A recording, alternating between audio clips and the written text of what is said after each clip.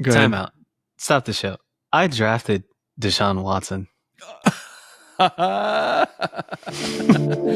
there's the intro clip. What is up, everybody? Welcome into another episode of the Signal Callers DFS Show. Today is September 2nd. We're putting a bow on the best ball season today. We're going to go over some of our final exposures, some of our favorite teams, maybe talk about who scares us the most, that sort of thing. I'm Kevin. I've got Blake and Trey here with me. What's going on today, boys? What's up? What is happening? I've been looking forward to this one. I want to see where y'all landed with exposures and who we're regretting. So It's a bittersweet one, right? My fingers sore from clicking, but I'm glad we're actually getting into football season finally. yeah, today I got just destroyed with 10-minute clock on DraftKings. Yeah. My slow drafts. So I was panicking all morning to try to get some of those clicks in. Oh man, I was telling spots auto drafted, but I was telling them that I've been in like 10 or 12 drafts all day, and it turned into it went from being slow drafts to like being like semi-fast drafts because like so many people are auto drafting and like there's just 10-minute clocks and then they're all like coming at you at like literally back to back, and I feel like I've been like in and out of the app literally all day, and that app has been like buggy as hell today because everybody's trying to get it in. I don't know if y'all noticed that too. It has been bad. Yeah. I got auto drafted a couple times because it like kicked me out, couldn't reconnect.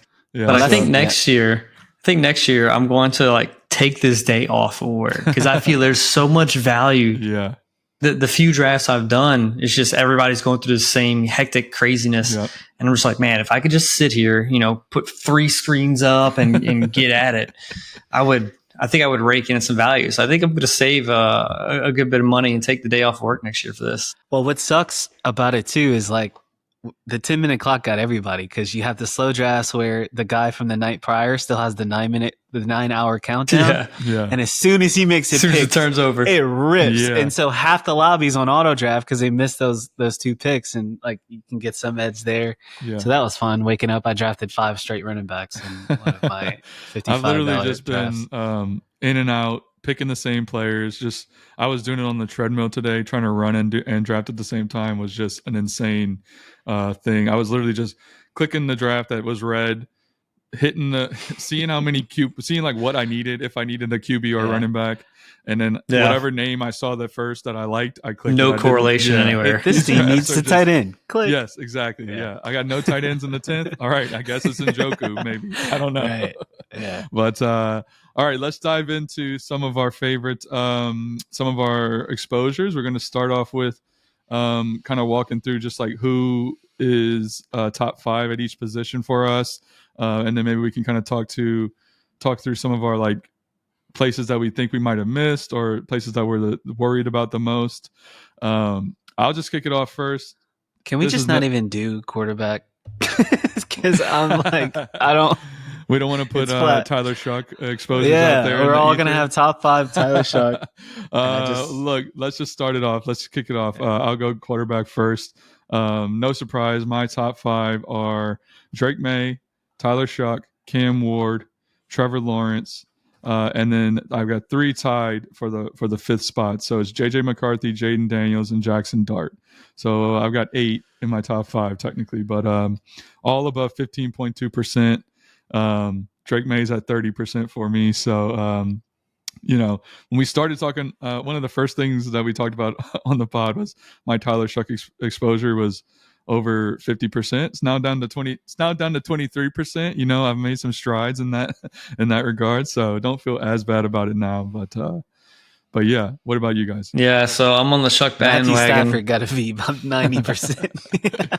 No.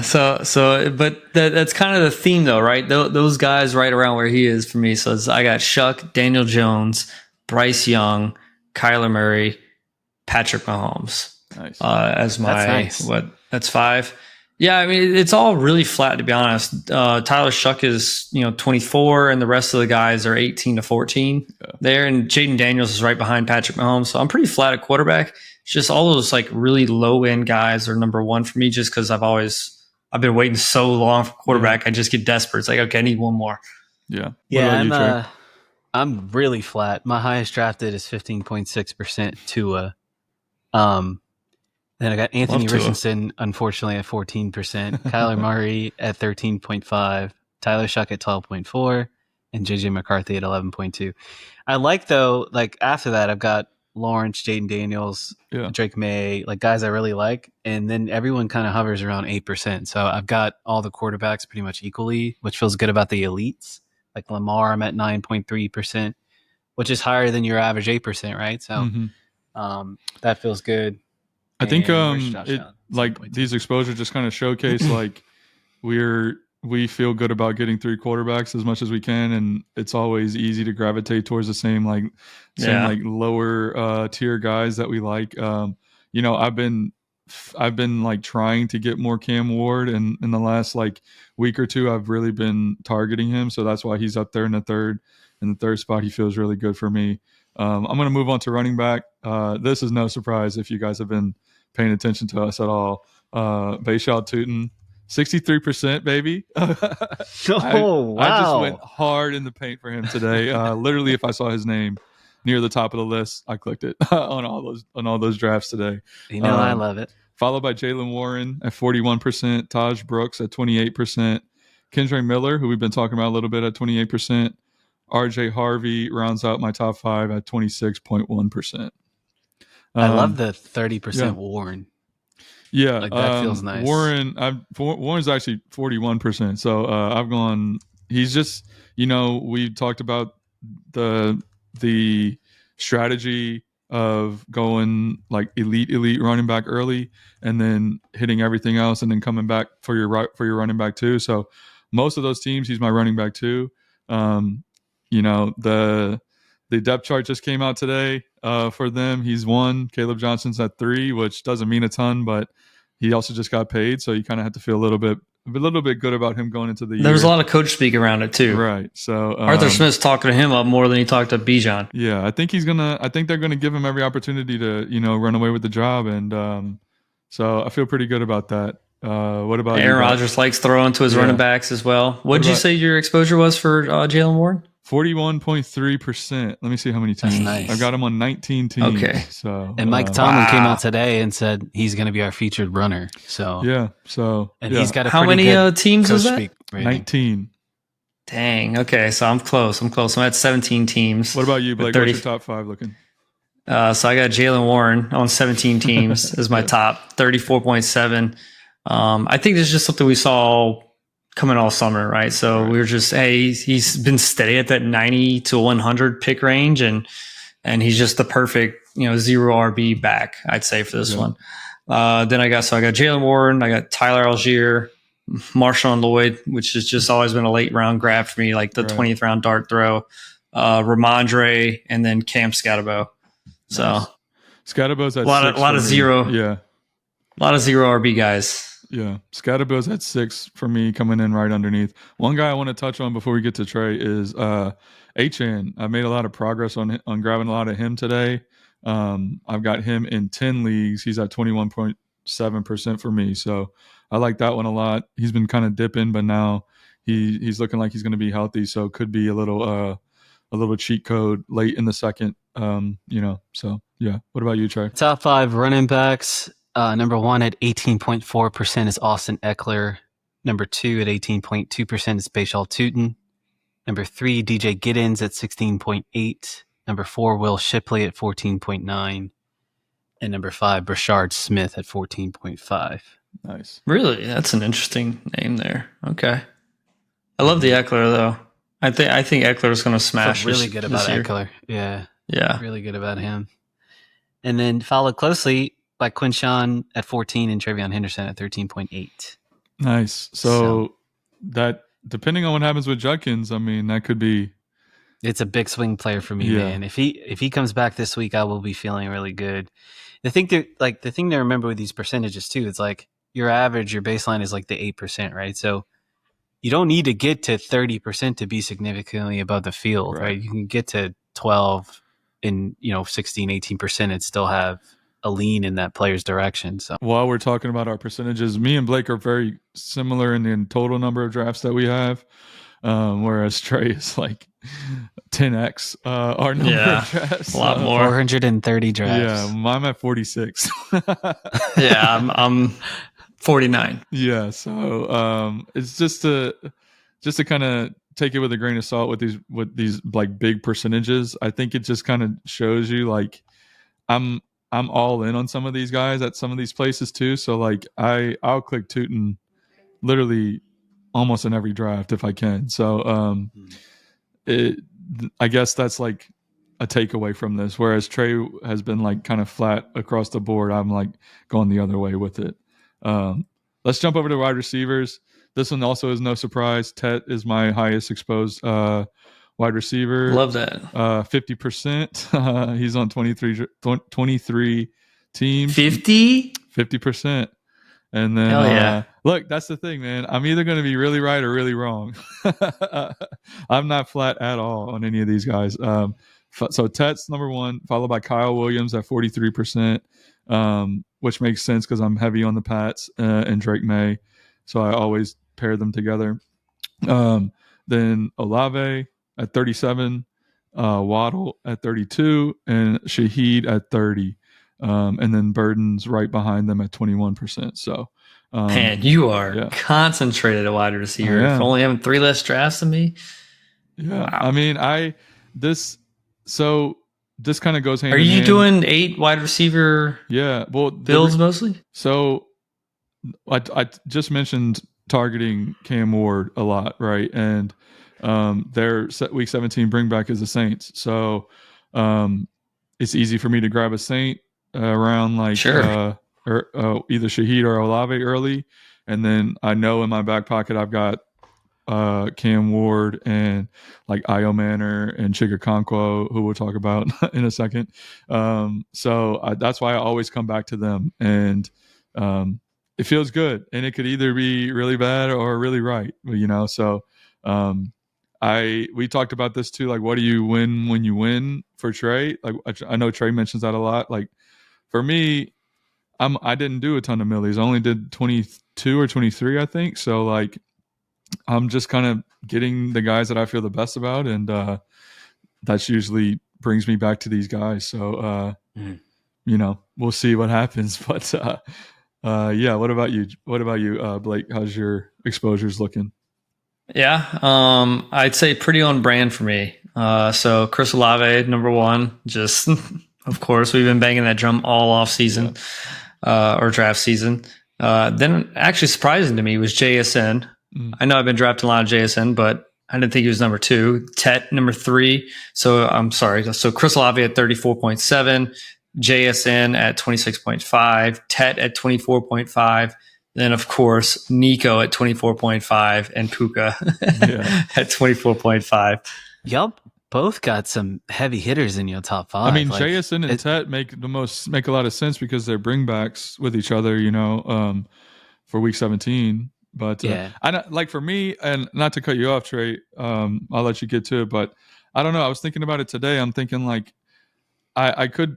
If I would have started earlier in the summer like you did, maybe I would be more focused on like portfolio and like, oh, I've got 50% Tet. Let me not take Tet here. But I don't know. I just get to that part of the draft and I'm like, Tet looks the best in this spot. So why am I going to play this game? I'm just So do we want to talk about this now? Because I was thinking about this earlier today. It's like, you know, looking back last year at MHJ, right? Marvin Harrison Jr. He was going at the end of round 1 last year. What is the difference, right? Because Tet's going 43rd. Yeah. You know, these are... I think people learn from that. Well, I think it's correcting the other way, right? But I mean, like, Tet, he's killing everything and doing really well, and he's going target hog. And so it's just like, man, what a lot of people would perceive to be like a worse offense than like Marvin Harrison was going into last year, right? You would have thought that it was like tailor made for him to be like an immediate fantasy darling, and now they had nobody, right? Right, and that kind of fell on his face, and now it's like the opposite. Tet is like people I think expect better things out of Carolina the way that Bryce ended the year, but Do you think so? I think it's the other way around. I think that's why Tet's so far down. I'm not saying. I guess I'm not. I don't think people are expecting Bryce Young to be like an MVP candidate, but I definitely think that they're expecting them to like build upon how he looked on the second half of the year. I've definitely heard the drum beat for them. What's your wide receivers look like, Trey? Well, real quick on Tet, is there a receiver who has less target competition than Tet in the whole league right now? Ridley, maybe. Yeah, I think Ayuman is a big. I know, big, but I guess what I'm saying is like Steph Diggs. Yeah, well, I guess we know Io Manor. We like Io Manor. I guess from like game one, I think Calvin Ridley doesn't have a ton. I think Io Manor could like become that guy, but I'm less scared of Xavier Legette than I am Io Manor. I'll tell you that. But yeah, I think Tet, he might have the least amount Coker. Put some respect on Coker's name. He might not be back until week 8. So I said when he gets back. Yeah, but that's interesting. I think he might actually be the wide receiver with the least competition. My top 5: Rashid Shaheed at 23.1%, drafted 99 times, just surpassed second place Luther Burden at 21.7. Tyreek Hill at 20.5. Chris Olave at 19.6. So 2 Saints in my top 5. And Adonai Mitchell and Travis Hunter are tied at 17%. Yeah. I mean, interesting. We back up. We practice what we preach at the very least. We've been banging the drum for the Saints all off season. And we put them, the Tyreek bags. We drafted them. Yeah, the Tyreek bags probably would make me the most nervous. We'll get to that section, and he's the name that is making me a little nervous. I honestly think it is just kind of like people are making like the bad vibes, right? But it's like when he touches the football field and he's going to play football, he could still produce for sure and be a wide receiver one. Like it's a lot of headlines right now. Receiver one. Yeah, it's a lot of like. And you know, qualitative. A lot of those headlines could go away in week 1 if he comes out and has like a vintage Tyreek Hill game. And I think that's what's going to be the Dolphins storyline. I think the Dolphins are looked down upon, but they're going to win their first game. I forgot whoever they played the first game, but it's not a good team. Waddle is my number 4. I've been drafting a ton of Waddle.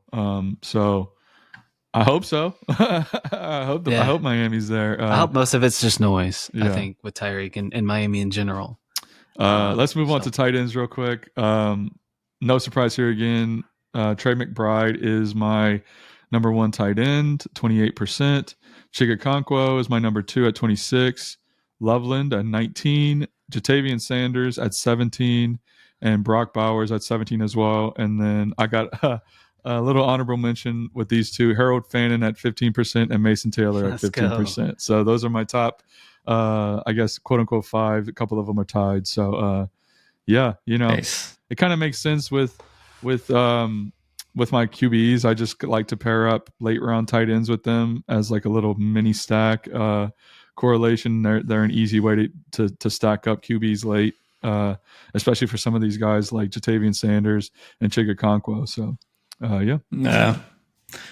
Yeah, so starting off for me at 18.4%, actually tied 1 and 2, 18.4%. I got Juwan Johnson going and talking about those late round tight ends, right? Just pair with a quarterback. Shuck being my number 1 quarterback.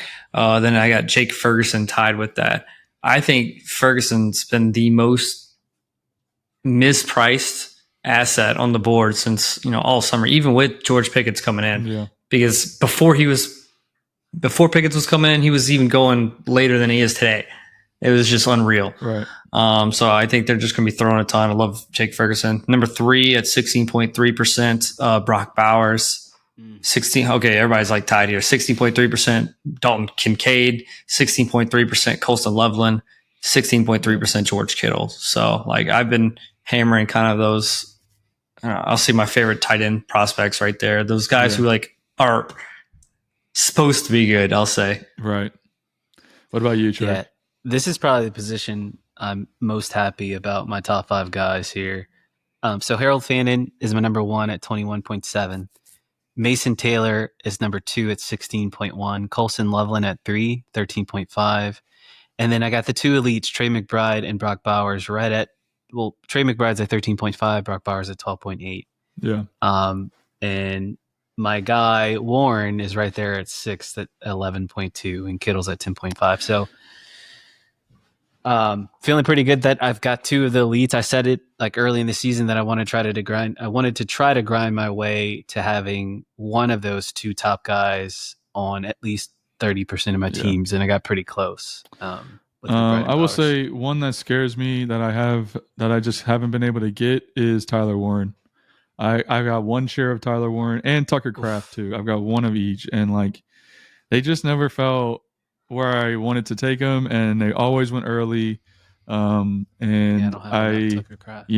if Warren is the Laporta Bowers, rookie elite tight end that people are saying he is, then I'm probably gonna feel that one. And not having that one is probably gonna hurt a lot. So.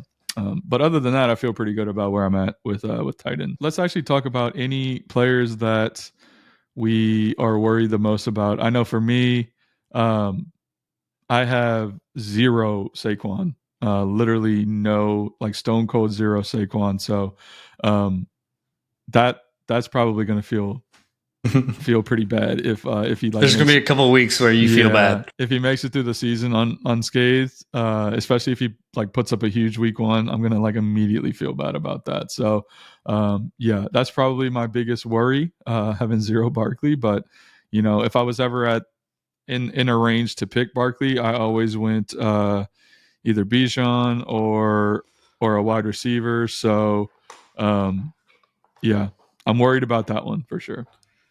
That's tough. Yeah. Yeah. Yeah, I mean, the winner last year. I know. I guess that's been your stance, though, right? You said kind of the same thing as me, going back to this.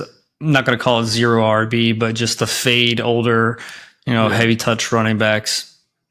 Yeah, I've just been a bigger Bijan fan this year, and it could. You either had to pick one or the other, right? And I always just picked him. So it's not like CMC that would kind of fall a little bit sometimes, where you could get him at the end of the first, like rarely. Like literally Barkley was never fell past like the 4, So if Bijan was gone, I would usually pick CD. That's just kind of how I rolled the dice this summer, and we'll see what happens. But I guess to leverage that, Will Shipley is one of my highest drafted running backs. So I guess I was smart in that aspect. So I'm like fading. It's a bet against Barkley. Well, you're playing your narrative, right? You're playing your narrative, and that's what that is. So we'll see. Real quick, I don't want to derail like the topic, but it's obviously hard to get more than 8% of these first rounders. Right. Who is y'all's highest drafted first rounder? How do I even tell that? Board. Go to the okay.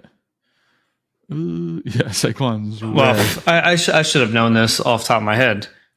Nico and Puka. They're both at 24.5. I'm actually pretty flat. I have no Saquon and no Henry. So again, I mean, we're just going into that. I have very little Genty as well. My highest drafted are Bijan, CD, and Jefferson. Jefferson's at 13%. CD and Bijan are both at 10. So those are my top 3. CD at 12.6. Malik Neighbors at 11.4, and Jefferson edged out Gibbs 10% versus 8.9. I've got 8 of Jamar, Gibbs, CMC, and I've got 6.5 Neighbors. So Jefferson was falling with that hamstring, and I was just scooping that up at the 7th overall, 8th overall. Jefferson, what? Not second even 2 round, seconds on the clock. I'm way over on Brian Thomas. I got him at 17%. Puka's at 17%. Well, this is interesting though, because like Puka and Brian Thomas were like Puka was in the first, so I don't know how he's in the second here. Is that just like an ADP thing, or is the draft board is based on closing line ADP? Right. I got Achane 21%. 0 Chase Brown. That could hurt a little bit potentially. I got a lot of more zeros than I expected. I know. To be honest, this is interesting to look at actually. I don't really start seeing green until like the 3rd, 4th round. Yeah, for sure. Guys that you really are able to get stances on. Right. Because again, those first 2 rounds, it's pretty flat. Yeah, because like you said, the first round is pretty chalk, all the time. It's the same 12 12 to 14 guys going in the first, and then the other two are usually right at the beginning of the second. So yeah, that's interesting to look at for sure. Yeah. So back to you said that you are underweight Saquon. What's the inverse of that? Who's the guy that you're overweight that you feel good about? Probably Tet. You know, I mean, obviously I'm extremely overweight Tootin, and that just is kind of contingent on whether or not he actually gets the backfield like we think he will. But like as of today, yeah, I feel the best about Tet. You know, I feel like he can go out and put up a wide receiver 1 score in week 1, you know, and just like never look back. So, Olave, I think Tet's if I just put Olave's injury history, if I try to put blinders on and I just look at like just the player and the situation, I feel really good about him as well. Just because we talked about it when we talk about the Saints, how smart of a play caller Kellen Moore is, and he wants to get the ball in his playmakers' hands. And we don't have many on the Saints, but they're pretty good when they do have the ball. So I think Olave is going to be schemed up a lot, too. So yeah, those are probably the ones that I feel the best about. Yeah, so I mean, I'm going to pile on Tet here, right? I'm going to steal a spotlight and say this is my good as well because I'm a pretty overweight Tet. I think he's just going to be what we wanted from MHJ last year, and at worst, he's going to be the same, except we're picking him at pick 42, right? So hey, that's not bad at all. That's like a swallow. You know, the camp news has just been unbelievable on him all year. And then when I watched in the preseason game, he burnt Derek Stingley. I was like, okay, I've seen all I need to see, right? It's smash every time. Yeah. So I love that. And my other good that I really liked is Jaylen Warren. That was a bet that I was confident in making all summer. Caleb Johnson was a prospect that I liked, but it just felt like Arthur Smith last year really respected Jaylen Warren and wanted that continued. And, they didn't spend a ton of draft capital on Caleb Johnson. They spent some for sure, but the camp beat wasn't there really all summer, and his preseason showing wasn't great. So, yeah, I think Jaylen Warren is just going to be a really good running back to, pay on that 90 ADP. I feel like he's definitely probably the best bet to like severely outperform his ADP of any of these guys. So, I mean, Aaron Rodgers loves throwing like those short running back passes in red zone. What about you? Look at Aaron Jones. I've seen a lot of drumbeat too about DK and just how like there's nobody to throw to in Pittsburgh but DK. So like you got to feel the same about Jaylen Warren as well. Like there's just not a lot of competition for opportunities out there. So. There's a little drumbeat on Roman Wilson. True. Aaron Rodgers was talking him up a little bit, right? Saying like he just needs to get more consistent. Concentrated offenses, and I feel like they're one as well that people don't think about. Well, you say that they're going to be running 3 tight end formations, so we'll see. Arthur Smith is going to make Jonnu a tight end 1 somehow over there. Yeah. So before we move on to Trey, I will let me hit on my bad real quick. My Matthew Golden exposure is higher than I thought it would be, but same kind of reasoning with Ted. Just a really high first round draft pick. He's the competition's kind of just fallen off, right? As the summer went on, just the war of attrition there. Injuries have been wearing on everybody. So I feel like I don't have enough of him. He's on a much better team. Exactly. Like compared to Ted, he's got a better, more established quarterback. Jordan right? Love stays healthy, you would think that he's on the fact that he wears number 22 kind of scares me a little bit. I think he changed recently, right? Didn't he change? Did he? I didn't see that. I thought he was. I know somebody who has I know one wide receiver who has a weird number changed recently. I think it might be him. But I like him. I've been trying to get him a lot, but he falls around Olave, and I'm always just kind of like. I think that's what happened. You can like grab the guy that you actually want right there, and then Olave is going to come back. I think that's what's always been happening. And so the last part there is just good QBs. I really haven't taken good QBs in that like 8 to or like probably even like 6 to 15 range at all. Your elites, like what does your exposure look like on the 4 elites? I have 0 Josh Allen. Really? Wow. You got 0% the MVP? Oh no. 0% Josh Allen. Blake ain't trying to win no money, man. The only ones I've been drafting, I get Jaden Daniels a good bit late in the third or in the fourth. I have some Hurts. I have some Mahomes. I think I mentioned Mahomes is one of my top exposures. And Lamar, like I have those, but like after that, it's just I keep pushing it back farther and farther and farther. Next thing I know, I'm drafting Tyler Shuck because I was like, I need a third quarterback. God, I don't have anybody. It's definitely something that you have to like target from the beginning. I've got 15% Jaden. I've got 13% Josh Allen. I got 8% Lamar, and I actually don't have hardly any Hurts. That might come back to bite me, but the other three I have a lot of, so I feel okay about that. I was drafting Hurts because I like it's the lowest he's ever been. Same thing with Mahomes. It's just like sure. I can't pass this up. I do have a lot of Justin Fields just because like I keep missing on some of the guys. I'm just like, hey, I feel fine taking him. Naked, whatever. What are your worries, Trey? Like, where are you like underweight, overweight? Like, how are you feeling about some of this stuff? Well, y'all got me feeling some FOMO with Tet. Where am I with him? 12.6%, not bad. This is what we waited for, Trey. We wanted to make you feel this after we drafted him all off season. Yeah, that's right. Yeah. So I've obviously done significantly more drafts than both of you. So I kind of broke this out, like, who am I underweight on that I'm worried about burying me? Who am I underweight on that I just wish I had more of? And then the flip of that, who am I overweight on that worries me? And who am I overweight that I'm super happy about? So the guys I'm underweight on that I'm actually worried about hurting me are Bijan and Derrick Henry.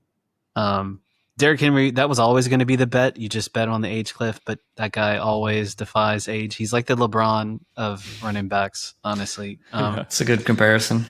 I'm 2.6. I mean, he honestly might be. They might be the same size. One of the greatest running backs ever in terms of just his longevity, man. I'm at 2.6% Henry. He's just tough to click with those other 11 guys in the first round. Like he's not a pass catcher. This is the DK format, so naturally he was always going to be lower. And then Bijan, 4.9%. I'm a little higher on Barkley, so the inverse of you, Kevin. Just better offense. Yeah. I was confident about Saquon coming in early summer where he was consistently gone at the number 2. I think Atlanta had some offensive line injuries. And there's always this weird Tyler Algier usage. So that's why I'm a little bit more in Saquon there. The guys I'm underweight on that I just wish I had more of, Ollie Gordon, 1.2%. I wish I was taking him. Unfortunately, he's going to be one of my biggest L's. I was drafting a lot of Jalen Wright early summer. So that's why my Ollie Gordon bags are pretty low. We talk about him a lot. Bill Crosby Merritt. I'm at 6.8%, which is good. I just wish I got more of him when he was free. Now to get him, you got to take him in the 70s to get those bags up. See our last episode. Yeah. That's exactly why I grabbed him, because I was like, I want this guy in the millie. Yeah. Because the archetype of like guys who could just come on and be game breakers and league winners, right? Like I was just trying to get as many of those guys, and unfortunately that was his price at the time. Tucker Kraft, which is weird because he's a tight end I've been high on all offseason, but only have 4.7%, namely because I just try to get Bowers, McBride, or Kittle on every draft. Right.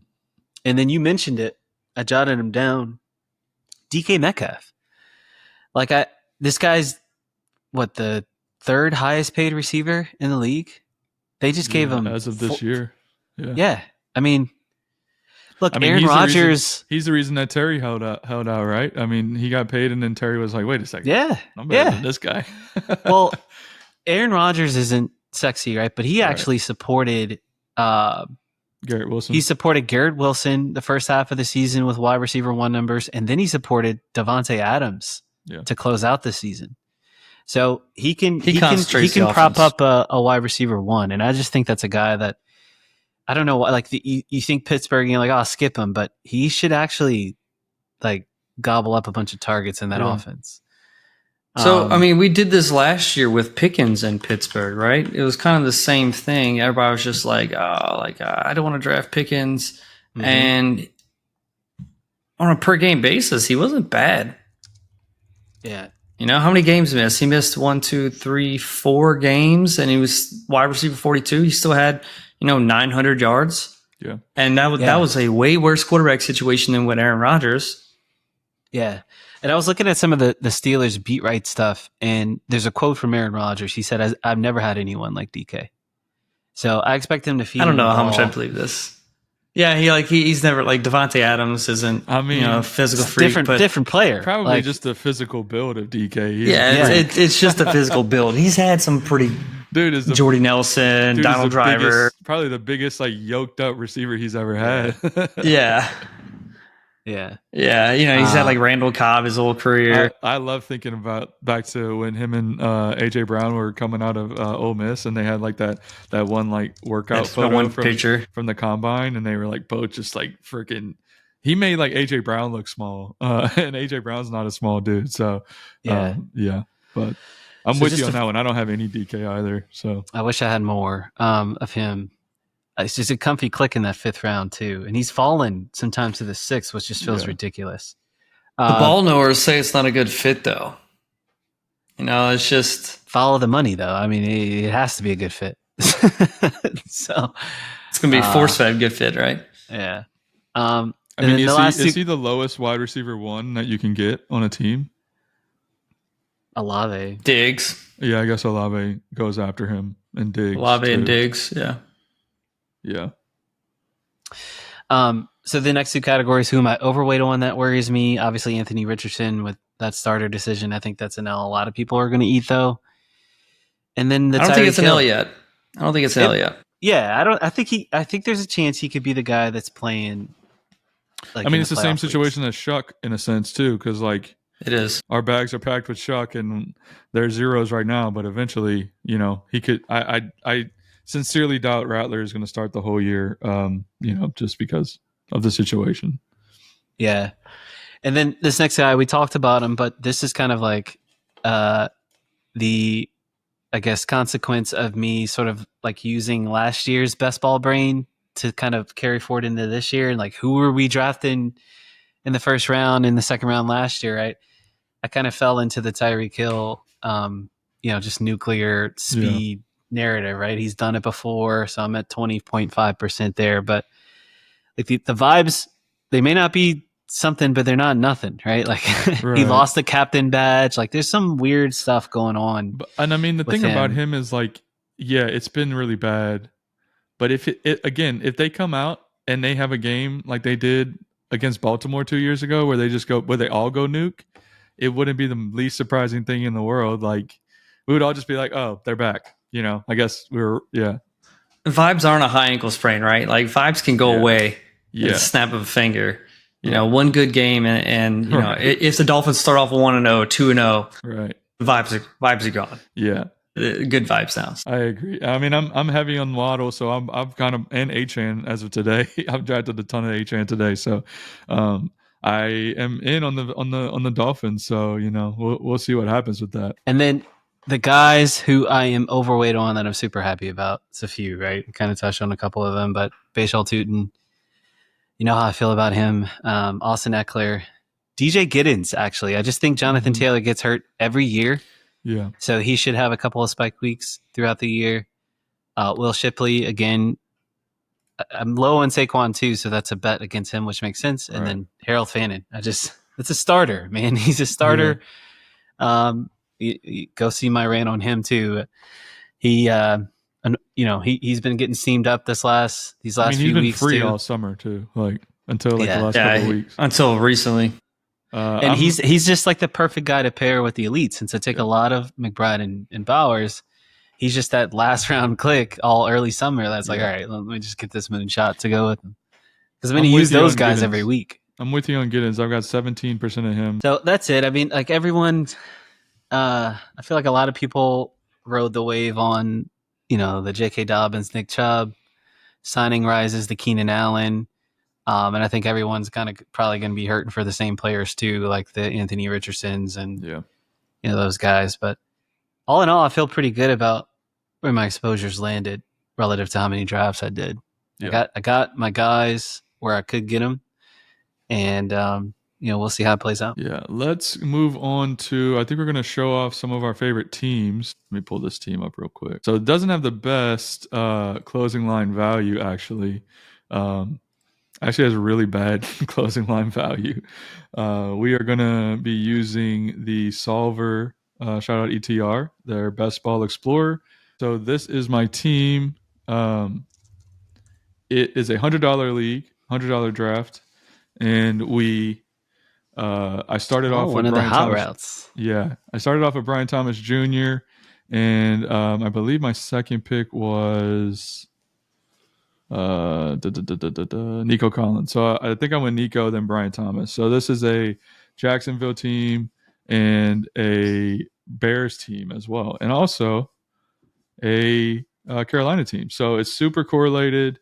I've got the Week 7 stack with Jacksonville and Indy. I've got a bunch of players in that one. I've also got some in the Baltimore Green Bay game, and then also for Jacksonville, I've got a Week 16 stack with Denver and RJ Harvey. As well as Green Bay and Chicago. So this one was one that I felt the best about, like from a correlation standpoint. I've got 3 not necessarily elite quarterbacks, but we're hoping like Caleb Williams can take the next step and kind of put himself into like the back end of the top 10, top 12. Trevor Lawrence, we've talked about him and Liam Cohen in Jacksonville a lot on this show. And how big of a fan of him I am. So Brian Thomas and Travis Hunter, and I've also got Brenton Strange. So I'm like super stacked up on all of these teams. Pretty correlated. Probably one of my best correlated drafts. And then I've got some of my hits. Taj Brooks I've got a lot of. Algier, RJ Harvey. Got a Breece Hall one. I don't know how we really feel about Breece. Felt a lot better when I took him on this in this draft in the 4th round. But let me see exactly when did I draft this? July 1st. So I think this is the hot route we did together. Yeah, this is the one that we did together. We did this one together. Yeah. So now I remember this. It's super clean draft by you, man. I mean, all your stacks kind of lined up. Looks like just a stress-free draft. I look at this and I'm like, these aren't like my drafts lately have not been this stress-free and not this clean. They've kind of been like all over the place. So love the Jacksonville double stack, man. I wish I did more of that. I've kind of gotten away with it when we kind of first started drafting, and when I first started drafting in July, I was very like, I went after them a lot. And lately I haven't been going after them as much. I've got a little bit of Travis Hunter, a little bit of Brian Thomas sprinkled in, but this one I like really wanted to go for it.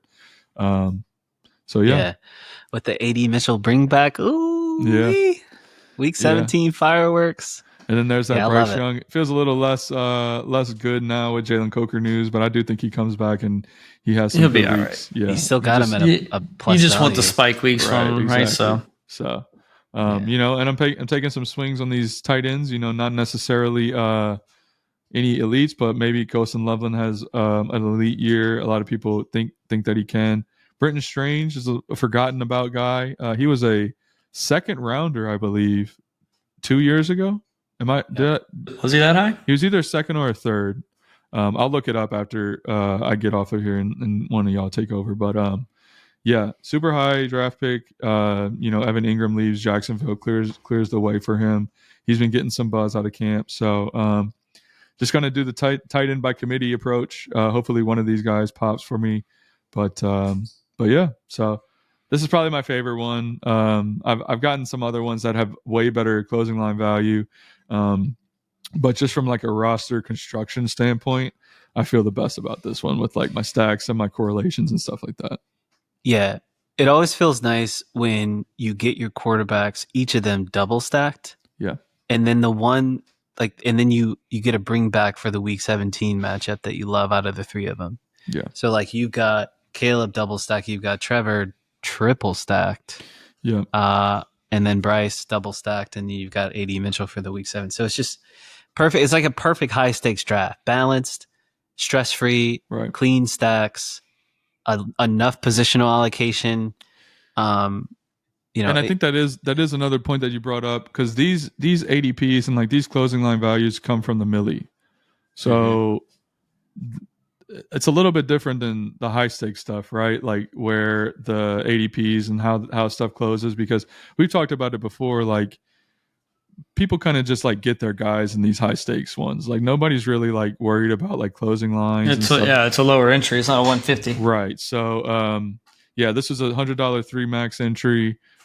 This is like the same contest that I actually have made the final a couple years back. So I got a little soft spot in my heart for this one. So I'm hoping that my favorite lineup goes pretty far, but we'll see. But yeah, I'll hand it off to one of you guys. Let one of y'all talk about y'all's favorite. Yeah, sure. So I'll take it because it kind of feeds off of a lot of what Kevin was just saying. So this is a Millie team. This was also drafted in the where was it? It was like July something. I lost it. July 19th. So I think I'm not highlighting this one because it's my favorite draft. I think it's a decent draft, but it goes into what I was saying. I think I did poorly on, so I'm trying to learn from it for next year. And this is where quarterbacks got away from me again, right? I think Trevor Lawrence was a good late round target I've been going after. Sam Darnold, even so, I would like him to be my third more than him second.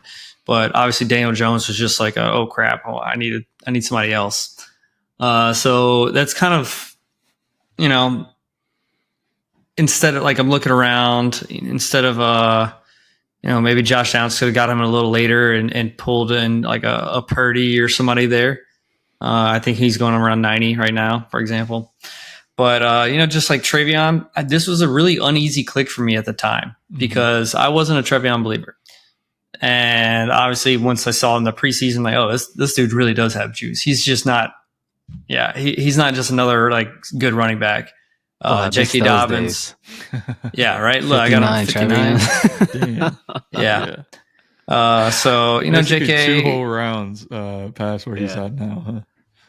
Yeah, exactly. Cam, I like Cam, JK, Ramondre. So like these are just like good 0 RB guys who I'm not going to get zeros from. Dylan Sampson, I think, has a chance to be really good this year, depending on what happens with Crenshaw, and we'll see how the run out. DJ Giddens. So I think Trey. I think you're talking about him. Him and Taj Boyd have been. I think they're really, really, really good backs. I loved them coming out of college. I wasn't crazy about their landing spot. Yeah, so. Like I've been going back and forth on them. And then Trevor Etienne is just a late round dart there. He's got some receiving chops. I think he could take over the third down back role. And, Chu was good. I think Rico is just another guy. I love the receivers here, right? I think this is probably one of the sickest receiver rooms I have with Nico, Brian Thomas, JSN, Travis Hunter, Jordan Addison. He's missing 3 games, but this guy has double-digit touchdowns all the time. Josh Downs is an absolute stud. He just needs somebody to throw him the ball. But the narrative, right, if Daniel Jones is playing, that I think that bumps Josh Downs up a good bit. Yeah. And then we got Roman Wilson, kind of a late round dart throw. Aaron Rodgers talked him up a little bit. So we'll see what happens there. And then, of course, the elite tight end, right, George Kittle. I think George Kittle's going to smash this year. I talked about him scoring more points. Him in the 4th? Yeah, 4-2 right there. So, I mean, we talked about George Kittle scoring more points than Brock Bowers last year on a points per game basis. I think that's very likely again this year. And Kyle Pitts, I'm still a believer. I'm a buyer at this price, and I got him super cheap compared to his closing line value, apparently. Yeah, damn. Then, of course, Jawan Johnson just closing it out. But, yeah, so it's like it's a good draft. I'm not mad at it by any means. It's just like the quarterbacks got away from me a little bit. But, I'm really heavily stacked. I've been targeting divisions more than specific teams, and the AFC South is a division that I think is right for the taking. It's going to be high scoring, just bad teams. I feel Same thing with the NFC South. I feel like it always goes down to week 17 too. Like they're always playing hard to try to like jockey for position or try to get into the wild card or even win the division. Exactly, they're all even, right? So I like the way that one goes. Yeah. So you can see I got 6 players in that one game. For that. So I like targeting divisions more than targeting players, and I just kind of see like, okay, I'll grab this quarterback from that division. I'll grab the opponent from that division. So what I love about this draft, Blake, is I love the low-owned Trevor Etienne moonshot in this format. He's going to be a super low-owned player in the Millie, low drafted. yeah, And I love same with Roman Wilson. Same with Roman Wilson. Too, yeah. You got two guys. First of all, you avalanched that receiver in this room, so you probably made the whole room uncomfortable. And then you get those guys who can be low owned if you get to that final. You got firepower at every position. Yeah, I love it, man. I wish I was more thoughtful about getting more low owned players in my millies. I was just drafting pretty safe. It's hard on DraftKings because we don't know. Yeah, but Trevor Etienne should come in pretty low owned, I think. Yeah, I feel, like I said, I think this is a good culmination of my draft season. I like the team. I've been going heavy on wide receivers. I got my elite tight ends I was going for. I got my 0 RB running backs I feel good about. It's just I think I let the quarterbacks get a little bit away from me.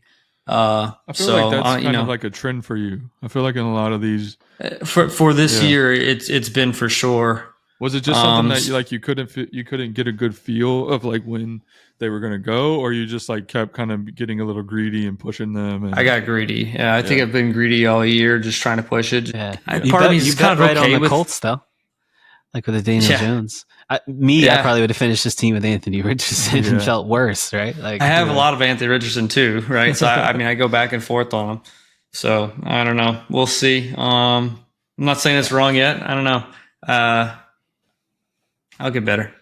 It's something to learn from. That's why I'm reviewing this one. I chose this one to highlight that. It's like, I really like this team, but what I think I did wrong, we'll look back at the end of the season, see if I was right about my misses on the quarterback.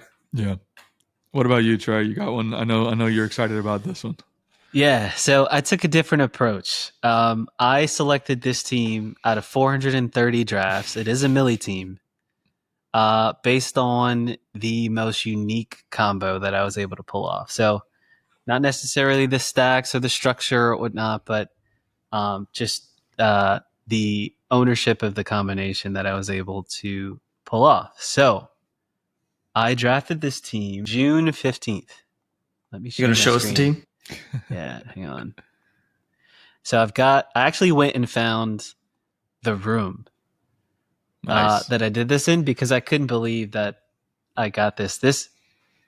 So the ability to get these two dudes, CeeDee Lamb and Malik Neighbors, we go plug that into the Signal Caller data. There's only 14 teams that have those two guys. I couldn't believe it when it happened. CeeDee at the 9, is that right? CeeDee falling to the 9. I don't think that happened ever again in any room that I was a part of. Go back to Signal Callers data. Let's click on if you go to players, and you click on and you put in CD, we can see his range of outcomes where he's been drafted in the Millie. Just click on the name right there. 7 so to yeah, 9. I mean, like, how many people have him at 10 to 12? What is that next? 0. Like maybe is Trey. No, Trey had him at 9. No, right? Yeah, 14 drafts after that. So, like, I mean, you were one of 3,000 people to get him there. Yeah, and like this isn't as crazy, right? Like getting him at 7 to 9, 3,223 drafts. What's crazy is to get Malik Neighbors with him, because Malik Neighbors was consistently a round 1 pick for most of the summer. Yeah, it like this Rice going here like blessed me, obviously, and. Because now I got two guys who I personally believe could be the wide receiver 1 this year. Both of those guys. Agreed. Tracy Rice is that high. Yeah. So I've been thinking about this team all summer. I remember I recorded it and texted you guys immediately when this turn happened. Like, I just won the Millie. But obviously being able to do that, I was able to stop at 7 receivers. And look who I'm still able to add to him. Garrett Wilson, Devontae Adams, Tet at 57. That's crazy. Tet's nice. It's that next pick. Yeah. Now this is what's going to be telling about this draft, because if Quinshon Judkins joins the team this week and eventually plays, this could ship truly believe that, because if you go look at the running backs I got after him, Aaron Jones, DeAndre Swift, Tyrone Tracy, Austin Eckler, Rico Dowdle, there's enough standalone starting value there, I think, to carry me to whenever this guy plays. I could Swift is now going in the 50s, 60s. Aaron Jones is pretty comfortably going in the 70s. Quinshawn at the time was like, my guy, you had to get him in the 6th. Mm-hmm. Tyrone Tracy is going in the 80s. Got him at 105. So, just the ability to get this combination, this depth at receiver, and still have this depth at running back. Obviously, the quarterbacks are a little shaky. I need Caleb Williams and Bryce to be good. And in hindsight, that looks like a me quarterback room. The two are good.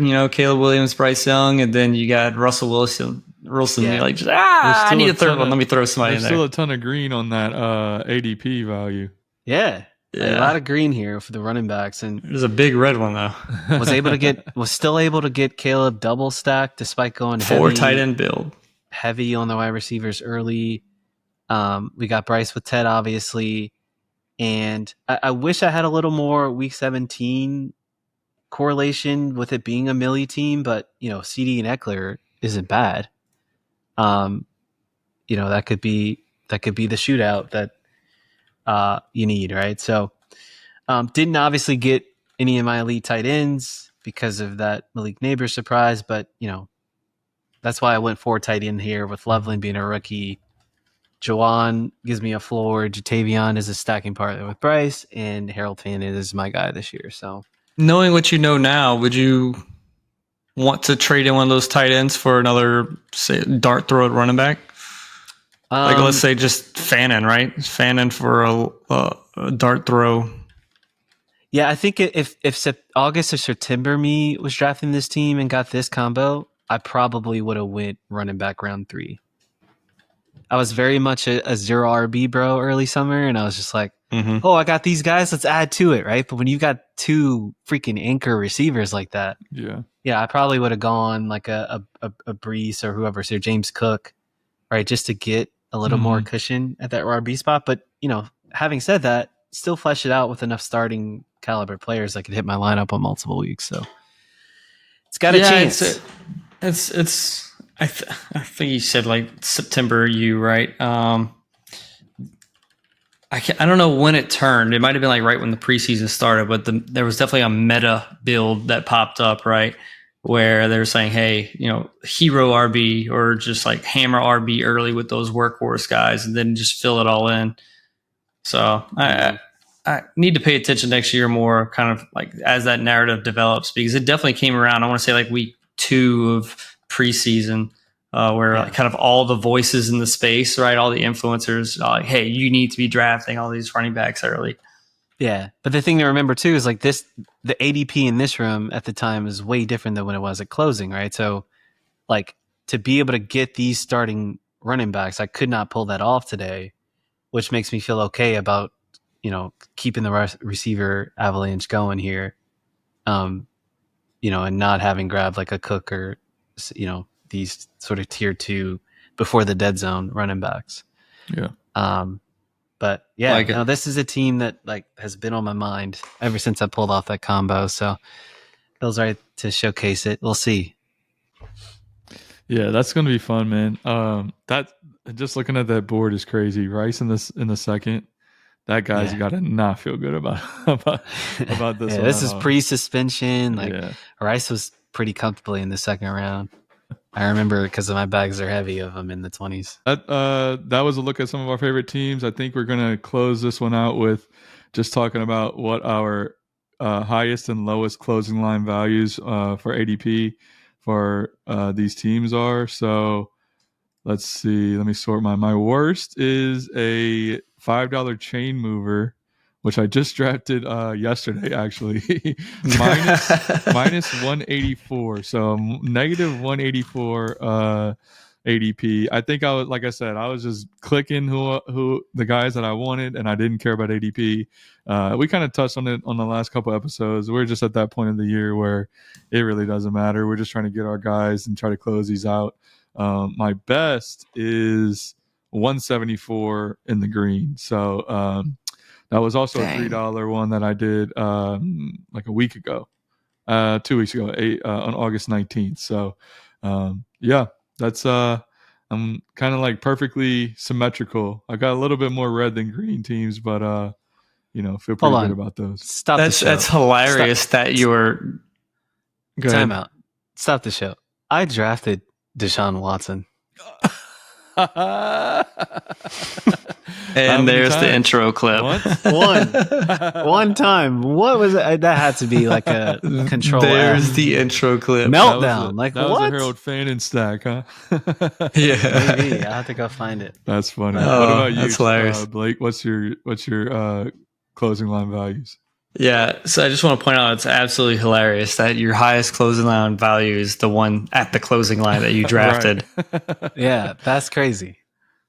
So I think I may be the worst closing line here. I have a 271, and unfortunately, it wasn't on a cheap league. That was in my $33. Dang. The 3-point stance there. So 271. Who's the biggest contributor to that? Quinshawn. It's a Quinshawn team. I drafted him like twice. Yeah. I think I might have did that one with you, and you were like 0 RB, and then you went Quinshawn as RB1. You were hoping he made it. Yeah, so the team drafted Jonnu Smith before he got traded, and then Quinshawn. If I go back real quick, that's 130 right there. If I go back real quick to my worst one, none of them, I talked about doing it yesterday. None of them were like super crazy reaches. I just reached on everybody by like a round. I just didn't want anybody to like not come back to me. I didn't push anybody, so I literally went around before I ADP and just grabbed them. So that's kind of how that happened. But what about you, Trey? You got a lot more data. Oh, hang on. My good one. My bad, Blake. Did we talk about my good one? So none of them were good for Blake. yeah, none of them. So it's a $5 league. I'm not going to count this one, but it's a 114. But right under that, my next one, a 94.2, is one of the $100 leagues. Nice. Yeah, so proud of that one, and that's with Shuck hitting me at minus 37 in that lineup. Yeah. A lot of my I'm looking at my best one real quick too. The only red I have is Quinshawn. Everybody else is green. So that one's gonna hurt a little bit. But yeah, all of my bad ones are mostly because of Shuck, because I was reaching on him, and now he's like completely going the other way since Rattler was named the starter. But yeah. What about you, Trey? So Trey's got to have some good ones. So many drafts. My worst closing line value is 259.7. I drafted this team May 20th, so 16 days since the contest. Let me guess. It's got to be some Quinshawn, some Jonnu, maybe. It is.